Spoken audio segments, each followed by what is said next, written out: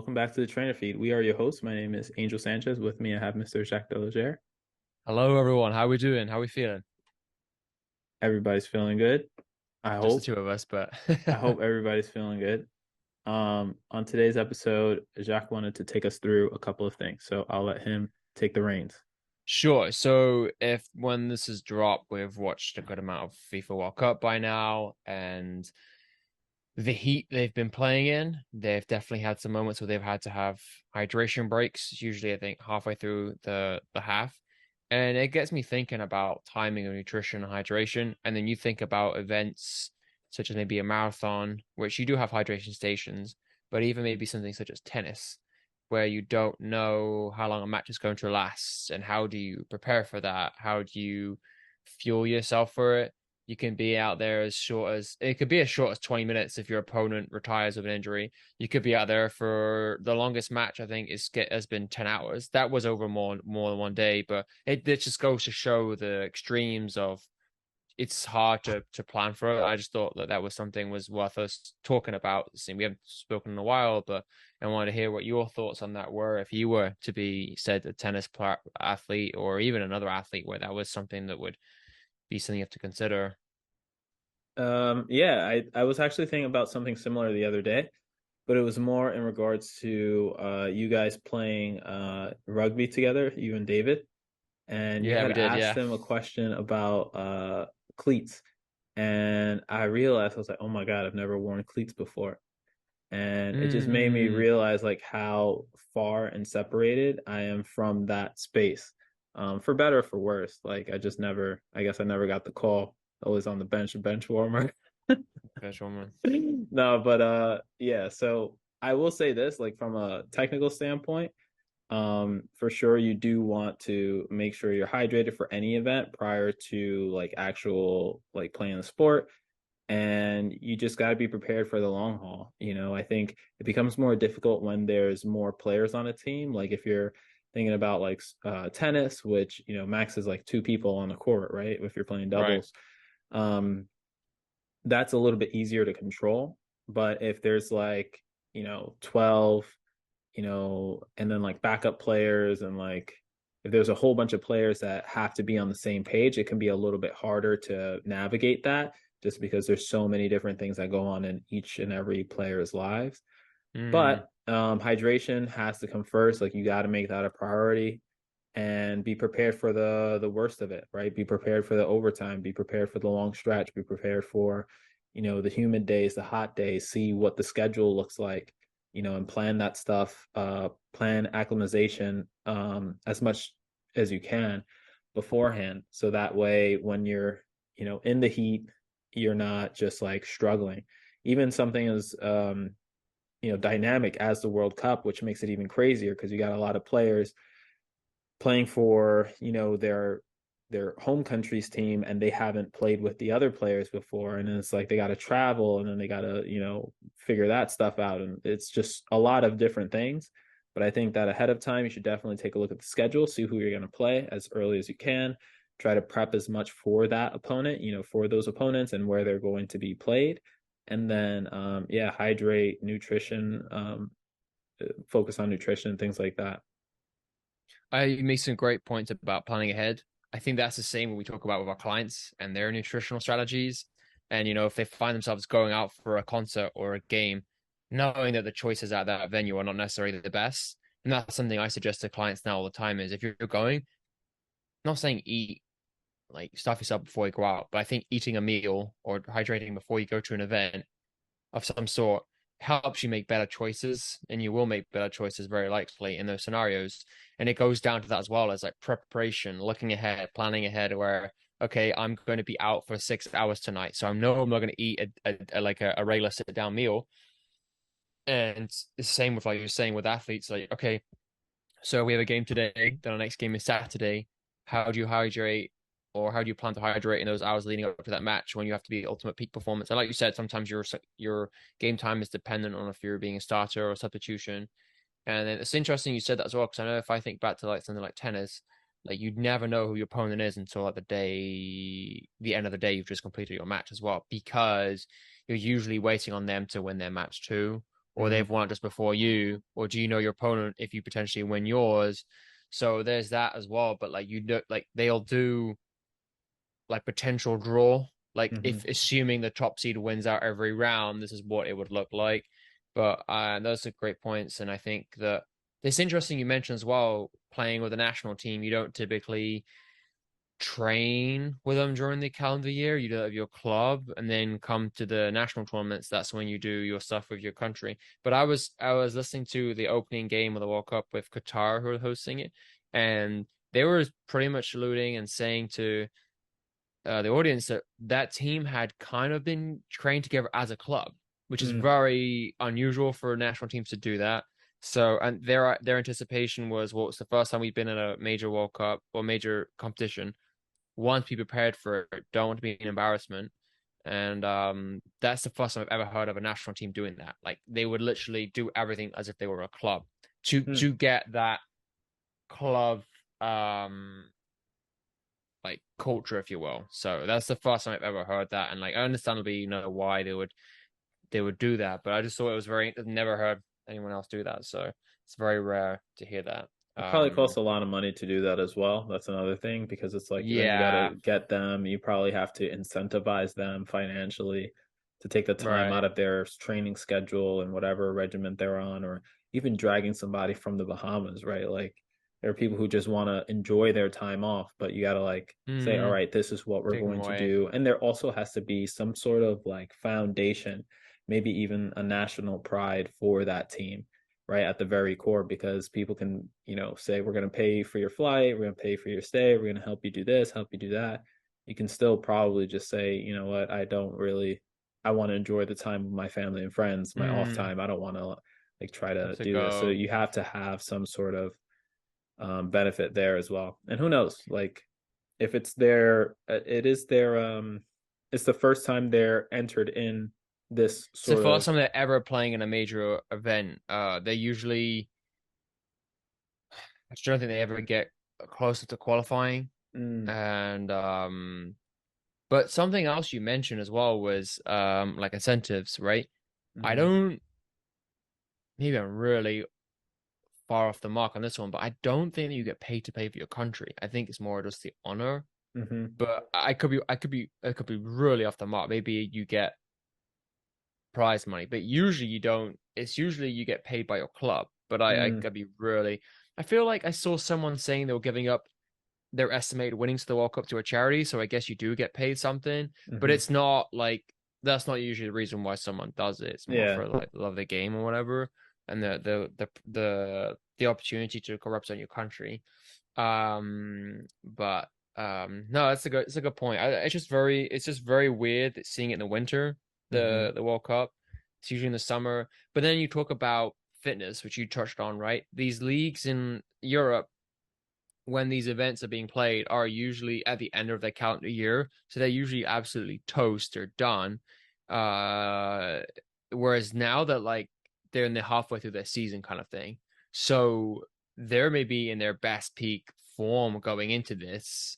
And then we'll see how like leagues adjust to it after the break. But it's very odd, but it's something different for sure. But um yeah, Yeah, and that the marathon just passed by as well. right. And one of the things that Which is very people, warm this year as well, wasn't it? It yeah, was it was very extremely warm. warm. So, the thing about that was it's typically not that warm in New York, so people were probably training to have like a lot more of a cooler start, a cooler finish, all that stuff. So the fact that it was just that much um warmer made it a lot harder for a lot of the athletes there.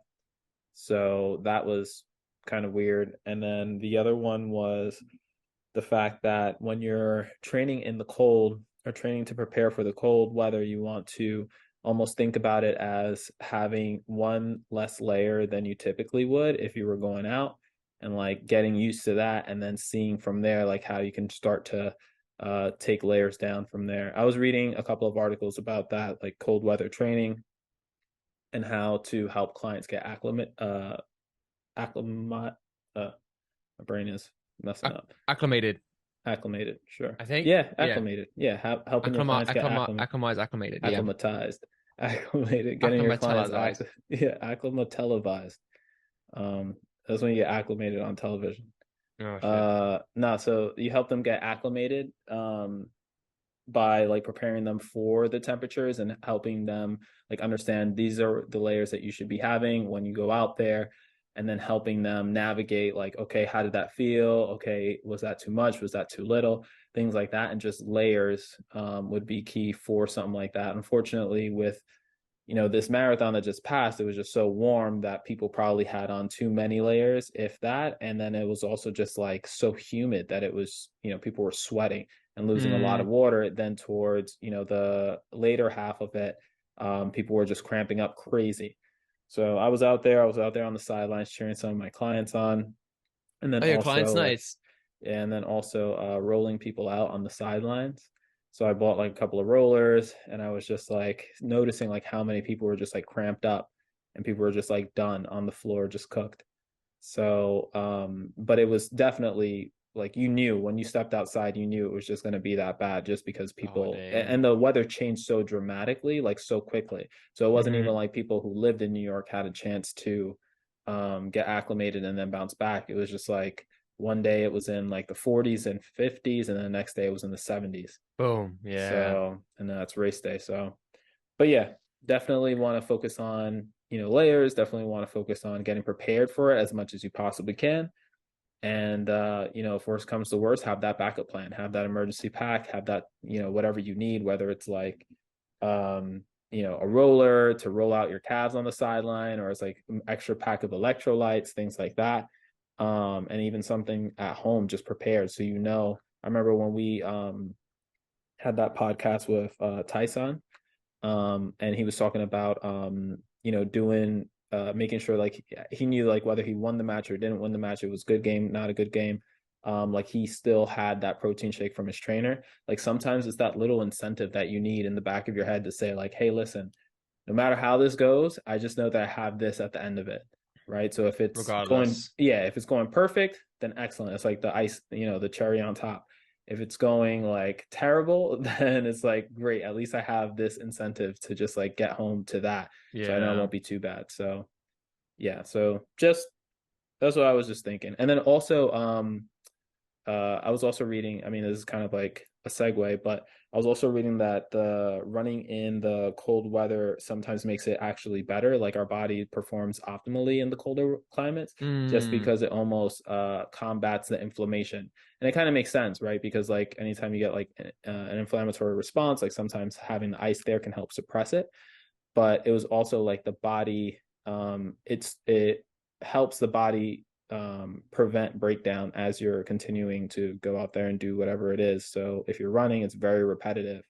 And it's not like the healthiest thing to do per se in terms of like joint health if you look at it through that Right. perspective. But what you do want to do is limit as much breakdown as possible if you can. So I was just Yeah, reading that. we that was the day the marathon was a day that like we lost power. I think I told you. And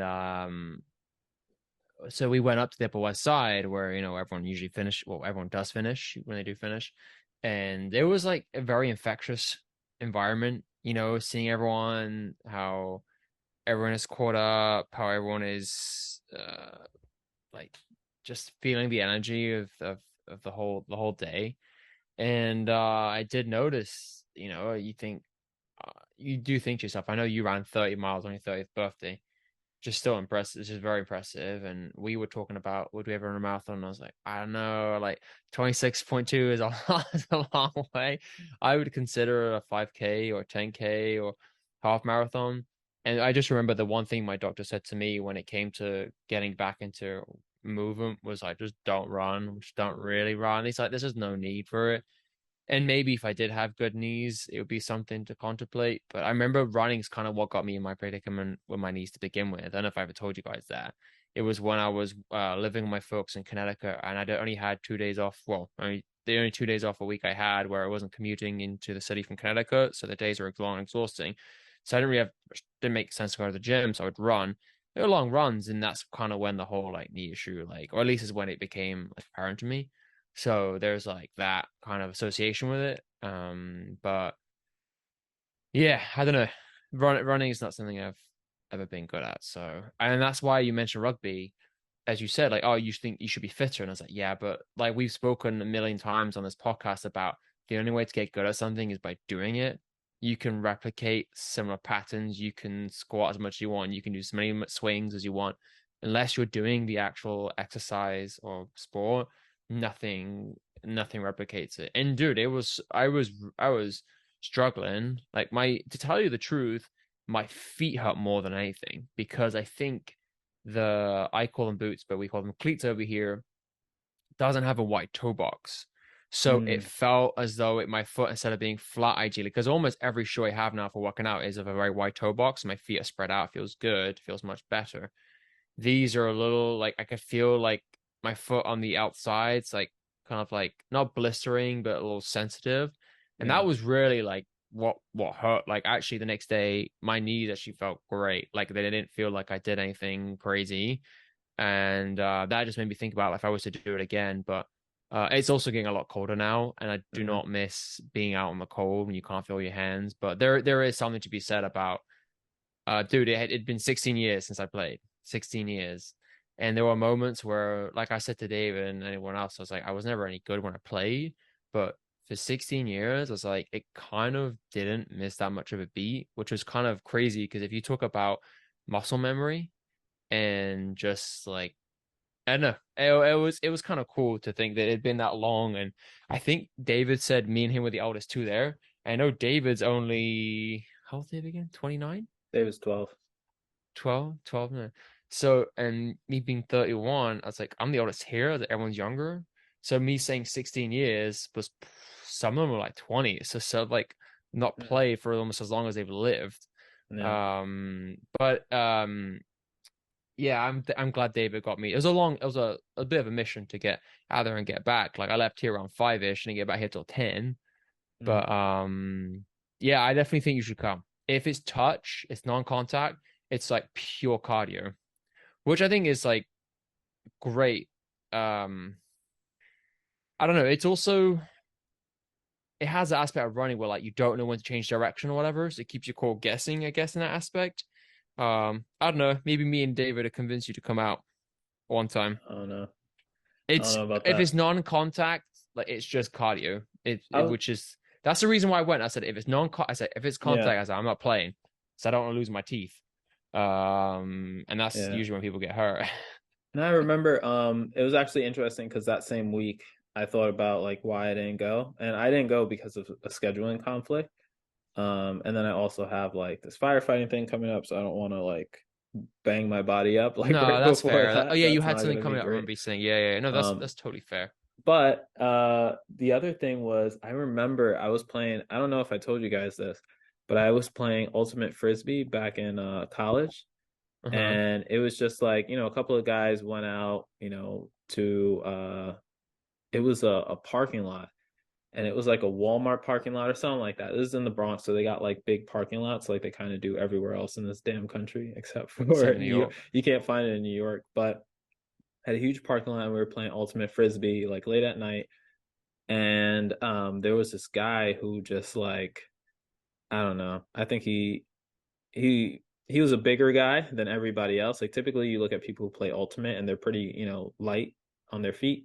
But Yeah. he was a little bit bigger. But anyway, long story short, I go jump up to get the, frisbee. Some dude makes a pass. I jump up, I catch it, and the dude, like before my legs hit the ground, he like sweeped like my feet, and then so I just came down on my knees and on the concrete, because it was in a parking Oh. lot. And Oh. then after that, it was kind of like a little bit rough. And I tried to play the next play, and I was just like, nah, my shits are just like done. And later on that day, my knees, or actually it was the next day because it was late at night. It was probably like 10 or 11. And the next day, my knees were just like swollen. Like I've never seen them that swollen before. I might have actually seen them that swollen after I ran my 30 miles, Yeah, I was gonna say that'd be but a they good were time. just like blimps. And it was hard for me to walk, hard for me to bend my knees, Yeah. shit like that. Getting up And the all I kept stairs is an thinking was issue. like how stupid it was. It was like, why did I have to go play, this at Hmm. this time in a parking lot? Like how stupid, blah, blah, blah. You just think about all the things. It's like, why did you do it? But it's like, and that was, when I was in my 20s. And you know, that was that situation, then after that, then I just stopped. And, I think I probably have that somewhere in the back of my head where like you're gonna go play a game with a couple of guys, you just go and do that, and then all of a sudden it's just like boom, your knees. I remember we were also trying to we were playing a game, I forgot what it was, but we were playing basketball. Like this was when we were in 76. We remember when we set up that basketball Yeah, gym yeah, yeah. outside That in the was yeah, I park. remember that. And then like a couple of guys were just like, oh, concrete. Oh nah, I'm not playing on that, Mm. where it's like, and you laugh, but then at the same time, it's like, well, you know what? Like they're not wrong for that. Like some How that many stuff can bang your people? knees up. It could just Yeah, fuck your shit up. ankle. Yeah, yeah, You easily. And then you're just like, then you're injured, and nobody wants to be injured, no one exactly, and also, um, especially in this profession. yeah, you can't move. It's like I was talking to a client earlier who's had a bit of bad luck with injuries, and it's like every year it's like something else needs to be taken care of. Yeah, So I was relaying with him earlier. I was like, I feel you. I was like, I've been in that position myself, and it's like it's not easy. It's not, and he's like, and he needs his body to move. Like he's always on his feet. I was like, I know, and he's commission based, so like you don't work, you don't get paid. So I was like, all right, like three strings of relation right there.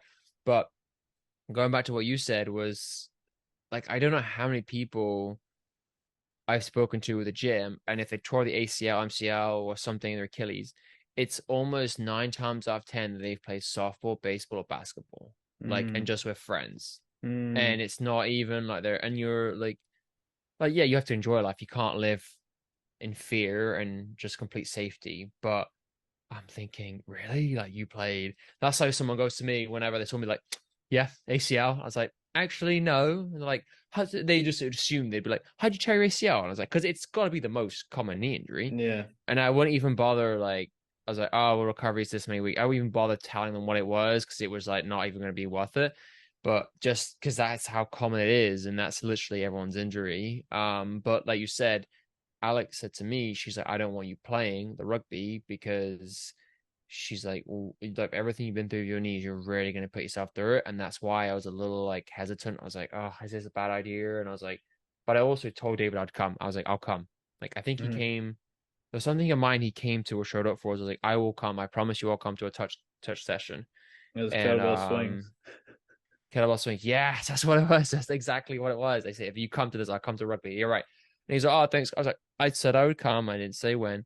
And then it was nice, but then like they're all like, so you're gonna play in the tournament? I was They try to sign you. yeah, they're like, you're gonna what? I was like, yeah. I was like, when is it? They're like, it's the Saturday after. I was like, I just came here to like to play, and some of his teammates were because they're using it as practice for the tournament, which makes a lot of sense.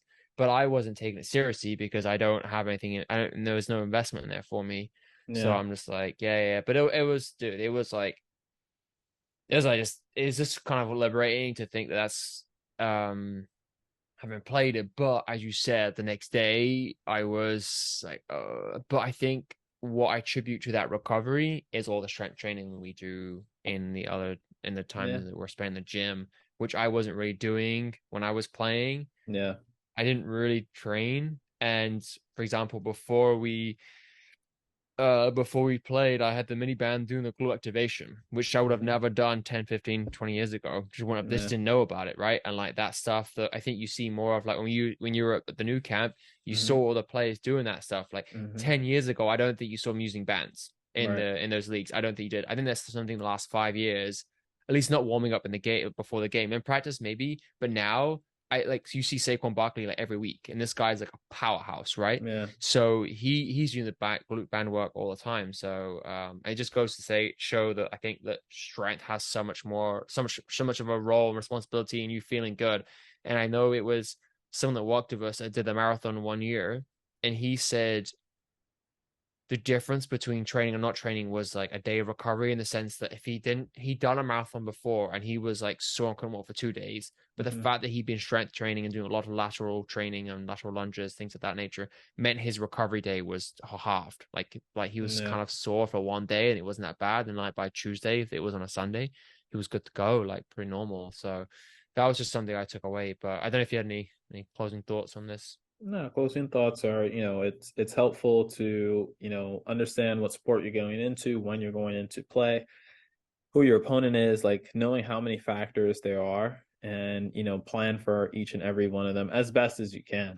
So that way you have the best outcome, whether it's, getting acclimated to the temperature, or, focusing on building that team culture, which I think is super important for team sports, or taking the time out to understand your opponents and, like, prep for that and who you're going to face, both psychologically and physically.